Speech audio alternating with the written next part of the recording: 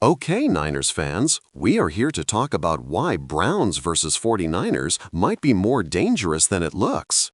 And trust me, I got some big breaking news. Now, before we start, subscribe the channel on the comments so you don't miss any 49ers update. Now listen closely, because this is one of those games where everything on paper screams easy win, but everything underneath the surface says trouble. A lot of people think the 49ers are just going to walk into Cleveland, stomp a rookie quarterback, and cruise out with another W. But that's why games like this become traps. Games where the opponent looks harmless. Games where momentum feels automatic. Games where fans assume the win is already banked. And those are exactly the matchups that punch great teams right in the mouth. And right now, San Francisco is heading into a game that could be far more dangerous than anyone wants to admit. This is not a routine Sunday. This is not a predictable matchup. And this is not the kind of game you take lightly, especially not with the external conditions working against you before the ball is even kicked. Let's talk about the first major problem, the weather, because the forecast has been one big red flag. This game is shaping up to be played in cold, wind, and potentially even snow, with swirling gusts that make throwing the football feel like trying to thread a needle during an earthquake. Brock Purdy has had incredible highs in his career, but there's no hiding from the fact that weather changes everything. Timing changes, velocity changes, confidence changes. Quarterbacks hate unpredictable wind, and this game is shaping up to be exactly that. When the weather is clean, Purdy is surgical. But messy football? That's where chaos takes over. A tipped pass suddenly becomes an interception. A routine throw suddenly becomes a 50-50 ball. A wide-open receiver suddenly runs into a gust of wind that kills the route timing. And every offense, even the elite ones, starts to feel the pressure. You can't prepare for weather like this in practice. You can't simulate it. You have to survive it. Now shift your attention to the other sideline. The Browns are rolling out a rookie quarterback. Normally, that's advantage 49ers all day long. But this isn't a normal situation. Rookie quarterbacks in good weather get exposed against a defense like San Francisco's. Rookie quarterbacks in bad weather actually become unpredictable. They do things veterans won't do. They improvise. They play loose. They take risks because they don't fully understand what risks matter yet. A young quarterback with nothing to lose in front of a fired-up home crowd in ugly weather that neutralizes elite talent, that is the exact formula for a trap game.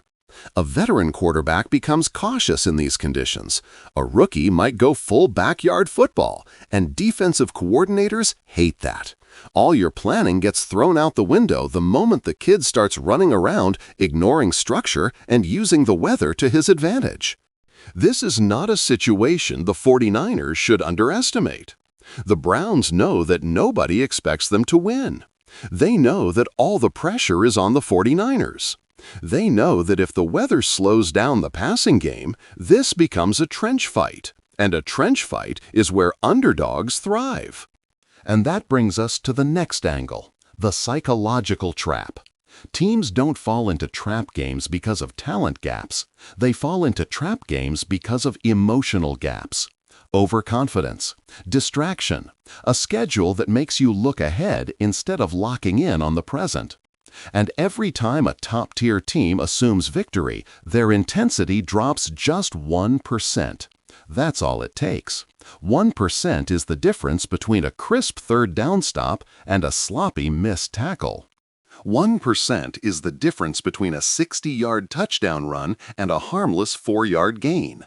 1% is the difference between a playoff team playing football and a playoff team sleepwalking through the first half. You've seen it across the NFL for years. Fans call them upsets. Coaches call them failures of focus, and players call them embarrassing.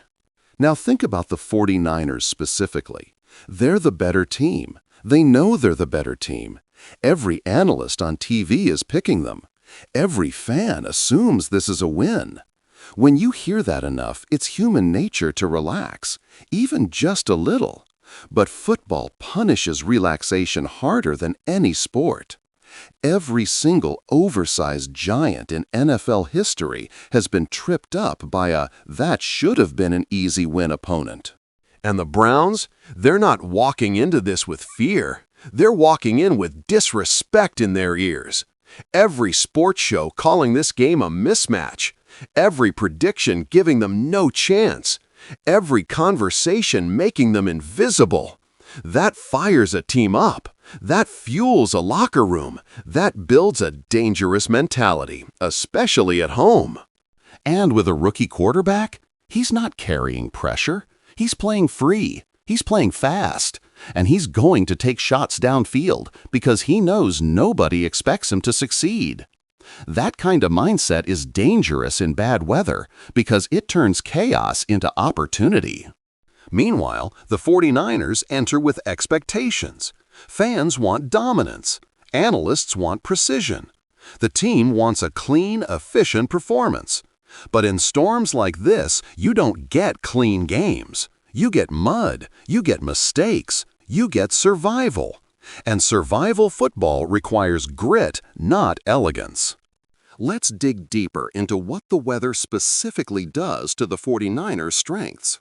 Passing rhythm? Disrupted. Deep shots? Neutralized. Long developing play action? Risky. Throwing outside the numbers? A gamble. Timing routes that require exact footwork and exact timing? Sloppy at best, dangerous at worst.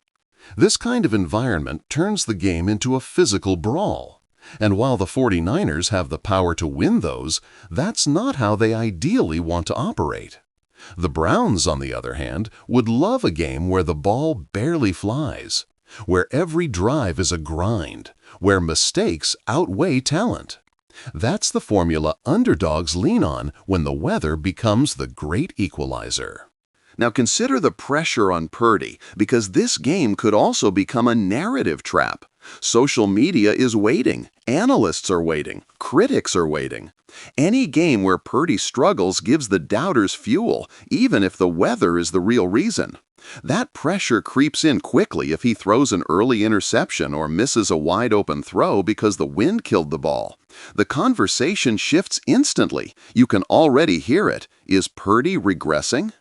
Is Purdy struggling again in bad weather? That kind of talk can get into a quarterback's head, especially early in a game. But this is also where Purdy can grow. Games like this don't test arm talent. They test leadership. They test patience. They test emotional control. A good quarterback wins when conditions are perfect. A great quarterback wins when everything is working against him. That's what this game will reveal. For the 49ers overall, the biggest challenges won't be talent or roster matchups, it will be discipline. Ball security becomes life or death when the ball turns slippery. Tackling becomes harder in cold weather.